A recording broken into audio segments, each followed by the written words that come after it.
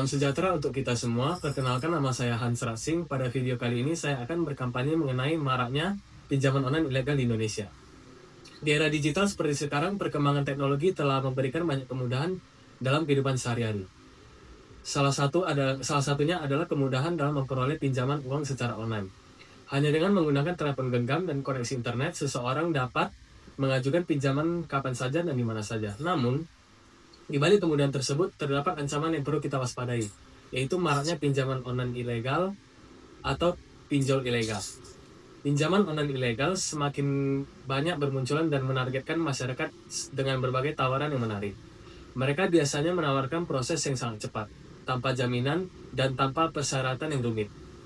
Banyak orang yang tergiur karena merasa terbantu untuk memenuhi kebutuhan mendesak. Akan tetapi, setelah menerima pinjaman para korban, seringkali dihadapkan pada bunga yang sangat tinggi, denda yang tidak masuk akal, serta metode penagihan yang tidak manusiawi. Tidak hanya itu, pinjol ilegal juga sering menyalahgunakan data pribadi pada penggunanya. Mereka biasanya meminta akses ke kontak, foto, dan berbagai data lainnya yang tersimpan di telepon genggam. Ketika peminjam mengalami keterlambatan pembayaran, data tersebut dapat digunakan untuk mengancam, mempermalukan, bahkan meneror korban dan orang-orang di sekitarnya. Tindakan seperti ini tentu sangat merugikan dan dapat menimbulkan tekanan psikologis yang besar. Dampak dari pinjaman online ilegal tidak hanya dirasakan oleh individu yang menjadi korban, tetapi juga oleh keluarga dan lingkungan sekitarnya.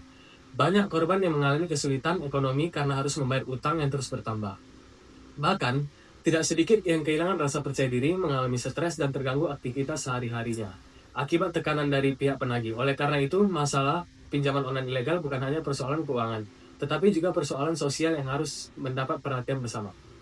Oleh karena itu, kita harus lebih berhati-hati sebelum menggunakan layanan pinjaman online. Pastikan layanan tersebut telah terdaftar dan diawasi oleh Otoritas Jasa Keuangan atau OJK. Jangan mudah percaya pada iklan yang menawarkan pinjaman instan dengan syarat yang terlalu mudah. Selain itu, jangan pernah memberikan data pribadi kepada pihak yang tidak jelas identitas dan legalitasnya.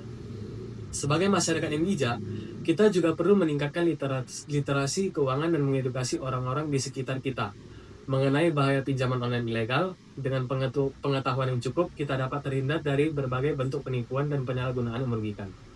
Melalui kampanye ini, saya mengajak seluruh masyarakat Indonesia untuk lebih cermat dalam memilih layanan keuangan digital. Jangan tergiur oleh kemudahan sesaat yang dapat berujung pada masalah berkepanjangan. Ingatlah, bahwa keamanan data pribadi dan kesehatan finansial kita jauh lebih penting daripada solusi instan yang ditawarkan oleh pinjaman online ilegal. Cek legalitas sebelum meminjam, lindungi data pribadi, dan katakan tidak pada pinjaman online ilegal. Hanya itu yang bisa saya sampaikan. Terima kasih.